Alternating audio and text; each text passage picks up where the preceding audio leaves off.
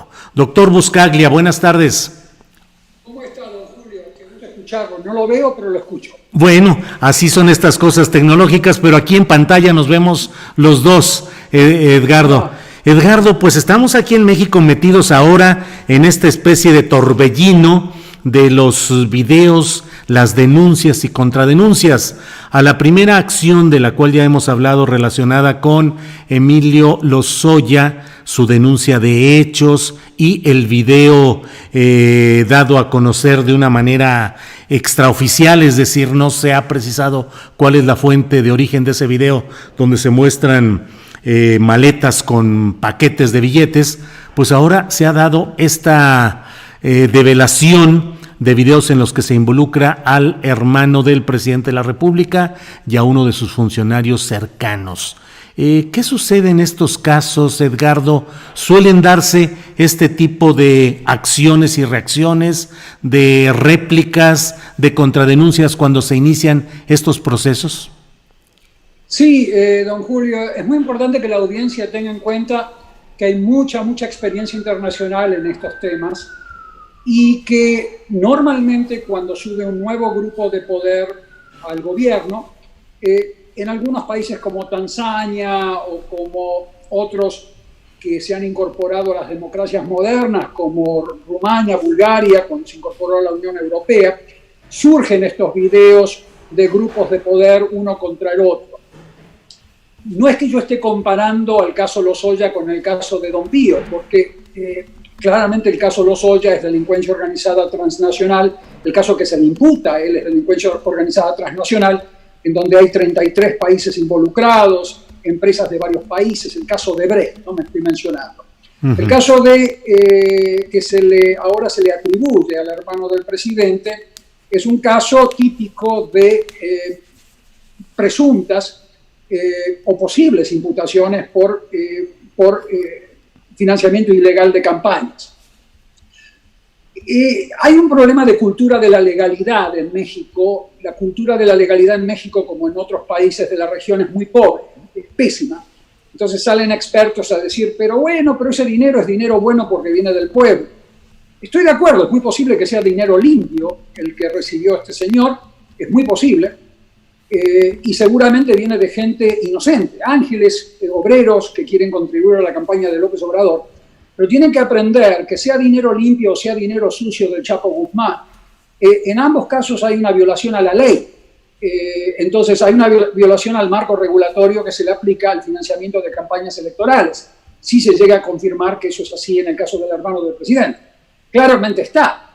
Lozoya recibiría una sentencia junto a su red criminal de cientos de empresarios y políticos, si se impulsa bien esa causa, muchísimo mayor, una pena mucho mayor recibiría el caso Lozoya al caso de simplemente pasarle bolsas de dinero de papel, pero hay violaciones a la ley en ambos casos.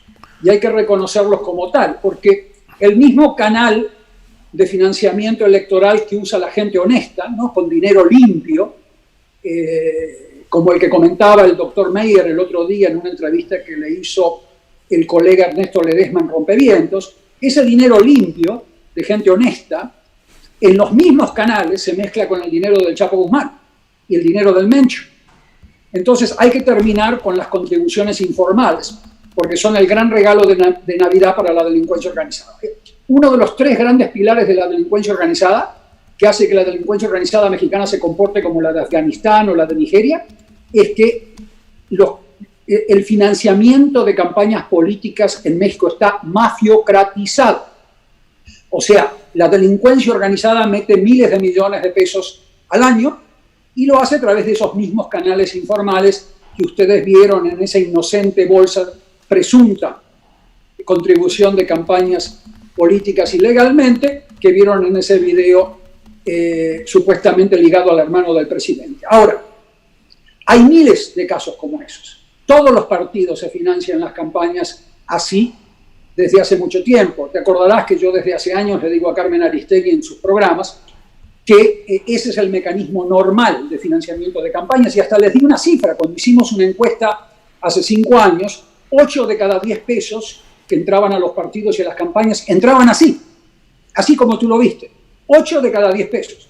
O sea que esto no es una cuestión. Entonces, hay que terminar con eso, y es por eso que el doctor Santiago Nieto de la UIF dice que su objetivo principal es terminar con la delincuencia organizada política. Eso es música para mis oídos, porque es exactamente lo que venimos diciendo hace tantos años. Ahora, sea el caso Lozoya, que debería haber sido tipificado como delincuencia organizada transnacional, en donde el fiscal se equivocó nuevamente y lo tipificó como un delito menor, en donde le puede aplicar el criterio de oportunidad, o sea el caso, supuesto caso del hermano del presidente, o sean los otros miles de casos que deberían salir a la luz a través de similares videos. Lo cierto es que en México hay una impunidad mafiosa para financiar campañas y se aprovechan de esos mismos canales que gente honesta, obreros, profesores, utilizan también para hacerle llegar donaciones a partidos. Entonces hay que terminar con esa estructura informal subsahariana que yo observo en los países más atrasados del planeta. Cuando he trabajado en Afganistán, así es como los talibanes le meten dinero a los partidos en Afganistán, así es como tú ves que en Nigeria o en Tanzania se financian partidos políticos. O sea que hay que terminar con eso, hay que terminarlo y aplicar la ley.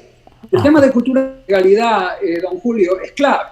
Yo noto que hay una insensibilidad de los supuestos intelectuales mexicanos a la cultura de la legalidad, ¿no? Y lo noto en sus propias acciones. Van a los gobiernos, piden información sin seguir el procedimiento de la ley. Hay un proceso de putrefacción en la manera en que la élite mexicana percibe a la ley. Entonces, claro, gran oportunidad histórica del presidente López Obrador es cerrar esos canales informales, y él lo dijo muy bien. Yo creo que declaró muy bien la última mañanera que vi la semana pasada. Él dijo que sea familiar, sea amigo, sea quien sea, la ley se va a aplicar, lo dijo. Y eso es bueno que diga eso, porque no te olvides que el gobierno de Lula, de Dilma Rousseff, en Brasil, cuando comenzó el procesamiento de cientos de políticos y empresarios, no la caricatura de Hertz Manero que tiene ahora de asociación delictuosa contra la familia y contra algunos alrededor, no, delincuencia organizada contra cientos de políticos y empresarios en Brasil, que cubrió 33 países, la cooperación judicial internacional, cosa que la Fiscalía General de la República todavía no hace. Una vez que eso comience, ahí nos vamos a dar cuenta que es una gran oportunidad histórica para cerrar esos canales informales de financiamiento de campañas que permiten que la delincuencia organizada capture a la política mexicana y se comporte con la impunidad que se comporta ahora. Doctor. Cuando nosotros le cerremos ese canal a la delincuencia organizada, don Julio, la delincuencia organizada mexicana se va a comenzar a comportar como la delincuencia organizada norteamericana o canadiense o francesa.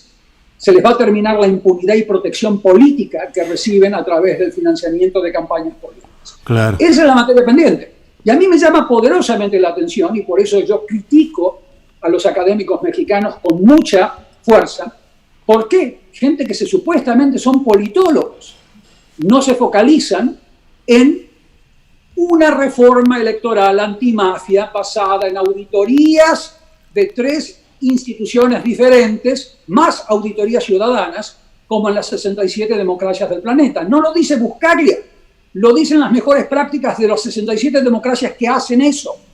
Y ahí, cuando hagan eso, se van a terminar los videos que ustedes vieron allí en las últimas semanas, y se van a terminar los Lozoyas, y se van a terminar los Odebrecht. Sí. Habrá corrupción como lo hay en muchos lados, pero se van a terminar. Doctor Buscaglia, lo que estamos viendo en México es el intento de un presidente con una gran fuerza social y política como es el presidente López Obrador, con una gran base de apoyo, pero al mismo tiempo peleando contra un aparato de poder enorme y mafioso, poder político y económico. Ahora con este video en el cual se involucra a su hermano y a alguien que trabajaba desde la oficina de uno de los gobernadores de México, de gobernador de Chiapas, Manuel Velasco Coello, relacionado ampliamente con el anterior presidente, Enrique Peña Nieto, en alianzas políticas y electorales con ese gobierno. La develación de este tipo de hechos puede terminar minando, desgastando o posponiendo la voluntad de lucha contra la corrupción de un presidente como López Obrador. Yo le dije al presidente hace 3 años, y se lo dije a través de CNN con Carmen, a través de ustedes, que cuando yo fui a Chiapas me reuní con los dirigentes de Morena, sociales de Morena, y que esos mismos dirigentes de Morena, en un foro popular, se quejaban de la manera en que se había fusionado Morena con esa mafiocracia que usted describe. En Chiapas, describí en varias conferencias de prensa las cajuelas de dinero que nosotros veíamos asociadas cuando yo lo acompañé filantrópicamente al doctor Santiago Nieto cuando estaba a cargo de FEPADE. Yo lo acompañé con un sombrerito azul en los operativos donde les encontraban cajuelas de dinero a funcionarios del Partido Verde en Chiapas. Yo les avisé que si se acostaban con el demonio iban a aparecer quemados. Se los dije. Y así sucedió. Se los avisé. Lo que pasa es que ustedes tienen memoria muy corta. Vean las conferencias de prensa que yo di sobre Chiapas, vean los programas en CNN con Carmen Aristegui, y les avisé que esto iba a suceder. Ahora ya está, están quemados por ahora, pero el presidente tiene una última oportunidad de actuar como comenzó a hablar que iba a actuar, que es dejar que estos casos sean procesados de manera objetiva, imparcial, y que lleguen a su propia familia, como le sucedió al presidente Uribe en la década pasada, donde el mismo primo fue procesado. El presidente Uribe no intervino. O sea que los países en donde el presidente o la presidenta Dilma Rousseff deja que procesen a los propios miembros de su partido, como hizo Dilma Rousseff con el PT, con el Partido de los Trabajadores, eso hace que el presidente López Obrador pueda recuperar capital político que ya lo tiene, pero que lo podría recuperar debido a esta quemada que sufrió con el caso de los Verdes. Ahora, insisto, tengo un problema, don Julio, con la Fiscalía General de la República, que es una fiscalía colapsada. Colapsada.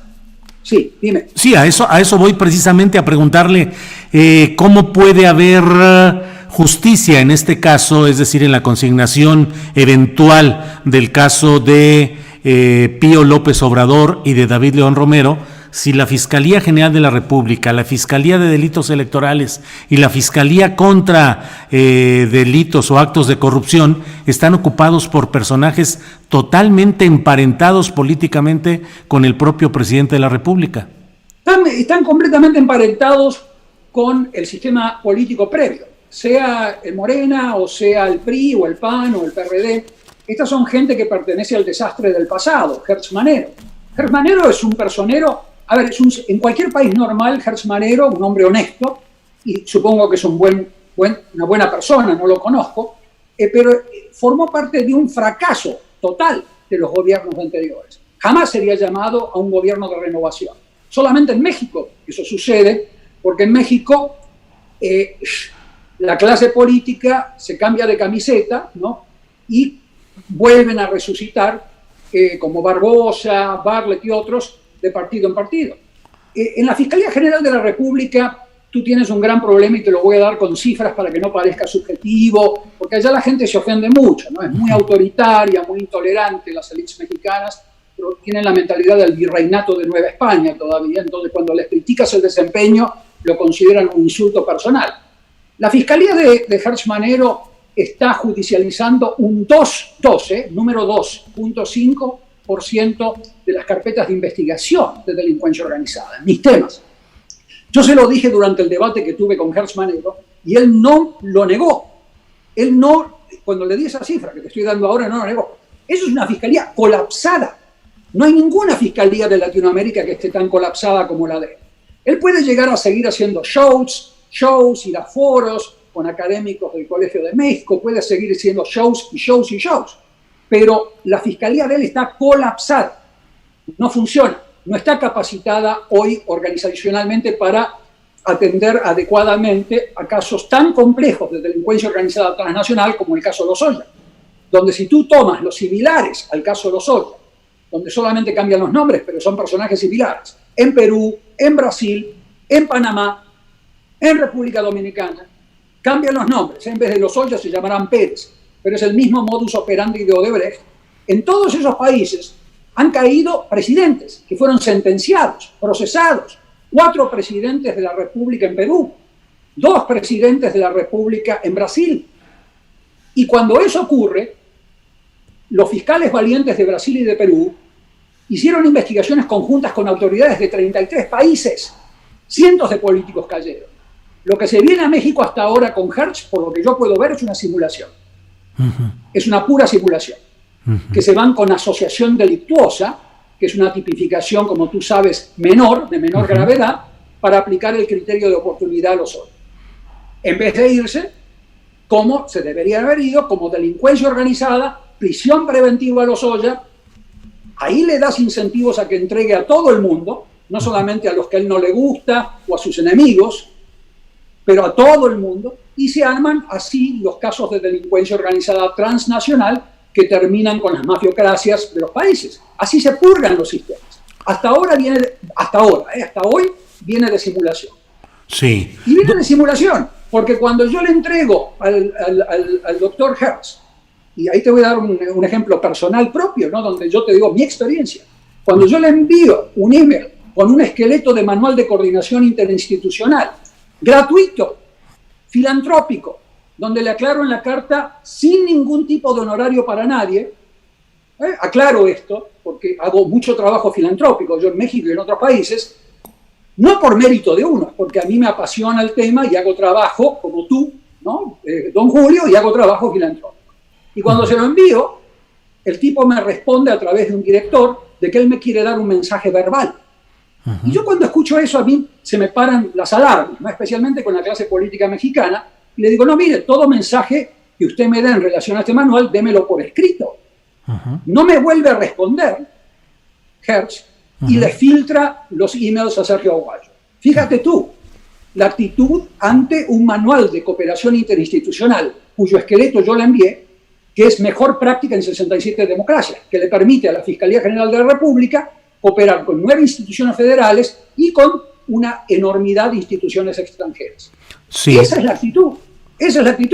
Entonces, claro, a mí me da mucha pena, don Julio, me da pena, porque mientras esto sucede, mientras ellos bailan en foros, mientras ellos bailan en conferencias de prensa, mientras ellos siguen bailando, los mexicanos pierden más y más sangre. ¿Entiendes? Claro. Porque ese manual de cooperación interinstitucional lo que hubiese hecho es permitir salvar vidas humanas con mejores procesamientos de causas judiciales, desmantelando a una red criminal mucho más amplia de la que ahora piensa desmantelar Hertz Manero con el caso Lozoya. Entonces, para mí es gravísimo lo que te estoy diciendo. Sí, doctor, porque hay vidas humanas en juego. Claro, doctor, se ha potenciado la discusión sostenida con Sergio Aguayo.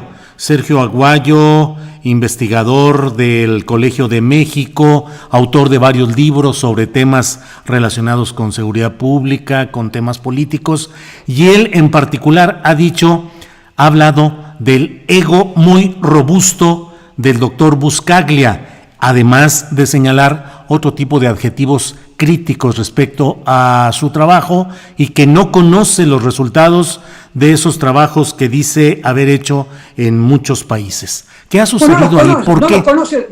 No los conoce de ignorante. Ajá. Porque si tú vas ahora a tu Google, te vas a encontrar con infinidad de trabajos académicos, muchos trabajos académicos que cubren a más de 100 países, que los podés bajar gratis. Los envié por Twitter ayer y varios días antes, para que la gente vea que esas son afirmaciones falsas. ¿Por qué hasta realizó afirmaciones falsas sobre mi título en la Universidad de Columbia? Según él, yo tengo un título que yo tenía hace 30 años en la Universidad de California en Berkeley. Hasta las afirmaciones que hace son objetivamente falsas. ¿Qué sucede en este debate? Cuando uno critica, cuando yo critico al doctor Sergio Aguayo desde el 2013, es por cosas que él escribe. No por el título o el tamaño de la ventana y todas esas frivolidades que tiene la élite mexicana. Yo lo critico por lo que escribe. Y en el 2013 él escribió que la administración de Peña Nieto iba por buen camino. Y yo lo critiqué porque dije que eso era un disparate. Técnicamente hablando es un disparate. Porque yo hablaba con Campa, él dice que hablaba con Campa, yo hablaba con Campa, y lo que me explicaba Roberto Campa, que era el subsecretario de Gobernación, eran disparates. Tanto es así que le dije, mira, filantrópicamente te pongo a disposición una red de jóvenes que te explique cómo se previene la delincuencia organizada. Y yo ya sabía de entrada que esta gente iba a fracasar, y tanto es así que cuando Sergio Aguayo escribe que iban a ir por buen camino, es una discrepancia técnica la que tenemos él y yo, no es personal, yo no lo conozco a Sergio Aguayo, Nunca lo vi en mi vida personalmente, yo no recuerdo haberlo visto, no hay nada contra él. No puedo tener sentimientos contra él personales cuando ni lo conozco. Lo que yo me espanta, y me espanta con pasión, y quizás él se confunde la pasión con ataques, la pasión que yo tengo es cuando los intelectuales emiten juicios que después, cuando se traducen en política pública por los funcionarios, causan muerte. ¿Entendés? No iba por buen camino Campa, ni Peña Nieto, y se comprobó que no iba por buen camino. Cuando yo escribo en mayo del 2013 en el New York Times un artículo editorial publicado bajo mi nombre, diciendo que va a fracasar Peña Nieto, nadie dice nada sobre lo que escribió Aguayo en un online, Terra Online, era el lugar, se titulaba El eslabón perdido. A partir de ahí, ese mismo día, yo le digo, ¿por qué no debatimos, Aguayo? ¡Debatamos! Sí, me contestó él por Twitter. Vamos a debatir. Y propuse que en esa época, cuando se podía hablar con John Ackerman, ya no se puede hablar más, John Ackerman organizase algo en la UNAM, porque él es profesor de la UNAM, y hagamos un debate ahí. Sí, en octubre, me dijo. Nunca más volví a escuchar de él. ¿Qué más invitación necesita? Él no es el virrey de Nueva España. Ya se lo invitó, aceptó, y desde el 2013 no escuché más nada. En el 2017 critico un atlas que se produjo con un académico a cargo de ese atlas, que yo entiendo que se llama Benítez Manaut. Era un gran admirador, Benítez Manaut, de las políticas de Calderón y de García Luna y del ejército durante la época de Calderón. Si tú eres un admirador de esas políticas, y esas políticas causan ríos de sangre, como tú sabes que la causaron, en cualquier otra profesión, el que emite esa admiración por Calderón, como emitía Benítez Manaut, paga un costo en su imagen social, en su imagen profesional. Para Sergio Aguayo, Benítez Manaut es un buen académico. Entonces, Sergio Aguayo y yo tenemos definiciones opuestas de lo que es un buen académico. Para Sergio Aguayo, aparentemente, es un buen académico Benítez Manaut. Un académico de la UNAM que admiraba las políticas de Calderón. Y lo hizo público. Me acuerdo que una vez tanto me grillaban esta gente, y me grillaban, que un profesor de la UNAM le dice, ¿por qué no lo invitas a buscarle a la UNAM a debatir? Y en ese debate yo recuerdo que Benítez Manaut afirmó que los cuerpos de personas asesinadas que se encontraban durante la administración de Calderón, ¿viste los cuerpos que encontrás asesinados? Él los consideraba parte de la delincuencia organizada si no tenían documentos de identidad en sus bolsillos. Yo le respondí en ese debate, yo nunca escuché que un experto, yo creo que ni en la época de Pinochet en Chile, yo escuché a un experto que argumente que cuerpos de gente asesinada sin documentos son delincuencia organizada. O sea, ese es un buen académico para Sergio Aguayo. Entonces, él y yo tenemos ideas opuestas de lo que es un buen académico. Y yo espero ser un pésimo académico para Sergio Aguayo, basado en el hecho de que él piensa que Benítez Manaut es un gran académico, un buen académico. Claro. Y el atlas que publicaron con Benítez Manaut, tengo entendido, es basura, pero no es basura. Pero a ver, no es basura la persona. Benítez Manaut quizás es un hombre excepcional. Yo no lo conozco tampoco. El producto académico es basura para mí, y yo puedo en un debate justificar por qué. ¿Entiendes? Entonces no saben debatir. A ver, hay un problema de autoritarismo virreinal en general en las élites mexicanas. No se puede debatir. Eso lo dice Carmen, está intentando de que debatan, Carmen Aristegui, desde hace años. Y le cuesta que debata a la gente enormemente. Por eso yo elogio a Hertz Manero que se haya prestado un debate.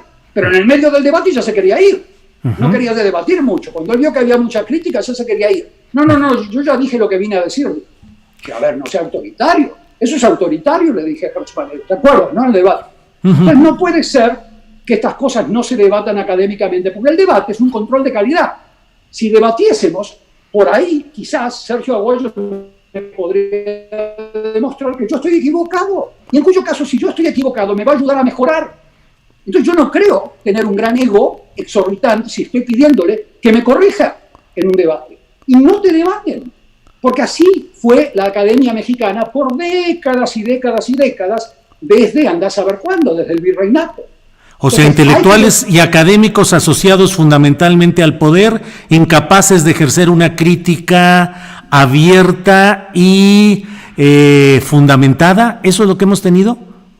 corresponsabilidad en los hechos criminales del poder. Yo te hablo, Julio, del promedio. Yo nunca te digo todos, porque yo conozco académicos en mis temas como Carlos Flores, que trabaja en Ciesas, que es excepcional. Se puede codear con los académicos de Suecia, de Estados Unidos o de cualquier otro. Nunca podés hablar de todos los académicos. Pero el promedio sí es así. El promedio es como tú dices. Es lamentable. Pero eso forma parte. Yo lo veo eso, ¿sabes dónde lo veo, Julio? En Tanzania, en Bielorrusia, en los países donde yo trabajo. Cuando provienen de un sistema sociopolítico autoritario de tantas décadas, como sucedió en México, quedan esos resabios de intolerancia. Quedan. Yo no soy psicólogo social, no voy a actuar como todólogo, pero yo veo que eso es así en muchos países que han tenido autoritarismos, dictaduras suaves o duras de muchas décadas, porque te formatean la cultura de las élites. La gente de a pie no es autoritaria en México, es esclava en México, no es autoritaria. La gente de a pie que trabaja en los campos, en las fábricas, ellos son esclavos, sin derechos laborales. Son gente explotada. Yo me refiero a la élite política, empresarial, intelectual de México. Hay una actitud de casta virreinal que a mí me enfurece porque no te quieren entrar al debate duro. A ver, en las universidades norteamericanas, como Paul Krugman, te doy un nombre en Nueva York, en un premio Nobel, se tiran libros por la cabeza. Cuando un científico, cuando un economista de Trump dice que todo va bien y que el país va a crecer, Paul Krugman en el New York Times le dice, eso que dices es basura, junk science. Se lo dice así. ¿Cuál es el problema? Y ahí Stephen Moore, que es el economista de Trump, lo debate. Y por supuesto gana Paul Krugman. Pero lo que te quiero decir es que no hay que ofenderse. No, porque a un atlas se le llame basura, junk, porque a mí no me pareció mal. Y si hubiésemos debatido lo podemos hacer. Entonces, a ver, Aguayo y yo tenemos ideas opuestas de lo que es un buen académico. Un buen académico salva vidas, Julio. Sí. Un buen académico produce trabajos que se transforman en política pública, que era lo que yo pretendía con el manual que le íbamos a hacer a este hombre Hertz, para salvar vidas. Y si logramos eso, es un gran triunfo para México, no para mí. Sí. Se salvan vidas a futuro. Claro. Para nuestro indicador de éxito de los académicos que estamos con mi filosofía académica y no con la de Benítez Manao o con la de Aguayo aparentemente, no es el tamaño de la ventana que le dan en la Universidad de Harvard como visitante. Sí, bueno. No es cuánto dinero le pasan fundaciones a los académicos, la Ford, Open Society. Eso no es un indicador de éxito. El indicador de éxito es intentar trabajar con otros académicos para salvar vidas. Ahora, yo no quiero ofender, yo sé que son muy sensibilitos en países que vienen de culturas autoritarias, las élites, entonces yo trato, cuando hablo con ellos, como yo creo que no fui irrespetuoso en el debate con Hertz Manero, yo no fui irrespetuoso de ninguna manera, nadie me acusó de eso. Puedo debatir con respeto, pero debato con pasión, y a veces les molesta, como le molestó a Hertz. Entonces, hasta ahora, Hertz le filtra los emails, a mí me hace un favor, porque demostró que le estoy proponiendo lo que prometí hacer en el debate con Carmen. Yo prometí hacerlo, le dije, le voy a enviar una propuesta, y se la envié públicamente, y se la envié un email del director, cuya dirección de correo me lo dio una periodista, porque tampoco Hertz me dijo cómo contactar, tuve que averiguarlo yo solo. ¿Entiendes? Entonces yo creo que le estamos haciendo un gran mal. Yo me puedo equivocar, quizás el manual no funcione para Hertz, pero es cierto que hay que intentarlo. Claro. No hay que tratar de neutralizarlo y asesinar la reputación del crítico con falsedades o con... Hay que tratar de debatir. O sea, yo no voy a atacar a estas personas que me critican personalmente, que lanzan ataques personales, que además ponen en cuestionamiento honestidad, que eso es una típica técnica que usaba el PRI en los años 60, 70. Tenemos que debatir ideas, productos, atlas, declaraciones. Y otro tema importante, yo pertenezco a una rama científica que se llama Análisis Económico del Derecho Penal. Eso es lo que yo enseño, eso es lo que yo practico. Aguayo pertenece a otra rama científica. Claro. Entonces él no tiene ninguna manera de evaluar la profundidad de artículos científicos que ni siquiera leyó, porque además admitió al aire y se contradijo que no pudo encontrarlos. ¿Cómo va a poder ¿Cómo va a poder criticar. evaluar un científico que pertenece a otra rama que la mía? Ajá. Es como si yo me pudiese criticar el artículo de un científico en biología molecular. Claro. No es mi tema. Entonces, Claro. él puede criticar mis conclusiones, en los periódicos, pero no puede decir que no hay profundidad en algo que no conoce, porque no fue entrenado para conocerlo. Claro, doctor. Entonces, después le mandé un correo electrónico, le mandé un tweet para que aprendan a hacer búsquedas bibliográficas. Ajá. Es muy fácil de encontrar los trabajos y se los mandé por tweet para que la gente además los lea. Claro. Doctor, pues muchas gracias por esta oportunidad de tener tu punto de vista sobre estos temas. Te pregunto solo finalmente, a estas alturas y tal como ves el proceso mexicano de lucha contra la corrupción, ¿qué le recomiendas al presidente López Obrador?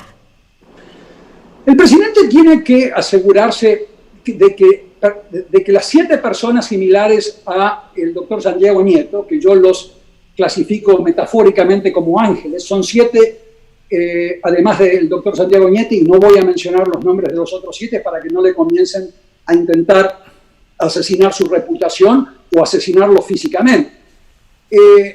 Tiene que apoyar a esas instituciones que están intentando limpiar a la delincuencia organizada política de Estado. Como dijo muy bien el doctor Santiago Nieto en el Universal la semana pasada, don Julio, la delincuencia organizada mexicana es delincuencia organizada política, no la del Mencho. Es así, existe como derivado. No te olvides que la mafia, don Julio, es una organización criminal compuesta por 5 tipos de personas: políticos, funcionarios judiciales, policías, fiscales, jueces, empresarios privados, pantallas de sociedad civil y sicarios. Eso es mafia. Si no tiene esos 5, es solamente banda criminal. La asociación delictuosa se le aplica a banda criminal. La delincuencia organizada se le aplica a mafia. Por eso Hertz Manero se equivocó al impulsar una causa con delitos menos graves. Si el presidente López Obrador le da apoyo a esas 8 personas similares al doctor Santiago Nieto, que son sus ángeles, que comiencen a limpiar y a presionar a Hertz Manero para procesar a los demonios o a las redes similares a las que están saliendo a la luz, vamos a empezar a ver el principio del fin. Pero no lo podemos comenzar a ver desde una fiscalía colapsada que solamente judicializa un 2.5% de sus carpetas de investigación. Porque con esa cifra tenés que esperar 50 años a que te judicialicen un caso. ¿Entiendes? Entonces, ese es un gran problema que la Fiscalía de Hertz Manero, que aún no es autónoma, porque la autónoma no es un título, no porque lo diga el señor Hertz Manero, el doctor, es autónoma. La autonomía es un proceso de aprendizaje que todavía no tiene esa Fiscalía y esperemos que no se politice. Está colapsada, tienen que mejorar ese aspecto y en vez de hacer tantos shows, tiene que dedicarse a que esos casos de Aceido se comiencen a judicializar. Y tienen que asegurarse de que no esté politizada y ahí vamos a ver, que todavía no se ve, si esos videos se transforman en maxi procesos antimafia contra la delincuencia organizada política, como está intentando hacer el doctor Santiago Nieto desde la UNED. Bien, pues doctor Buscaglia, muchas gracias como siempre y pues seguiremos en contacto porque este tema va aquí en México para largo. Muchas gracias por tus puntos. Y siempre con el espíritu del alto y proponiendo soluciones, que es lo más importante. Gracias, muy bien. Felicidades, don Julio. Gracias, doctor Buscaglia, hasta luego.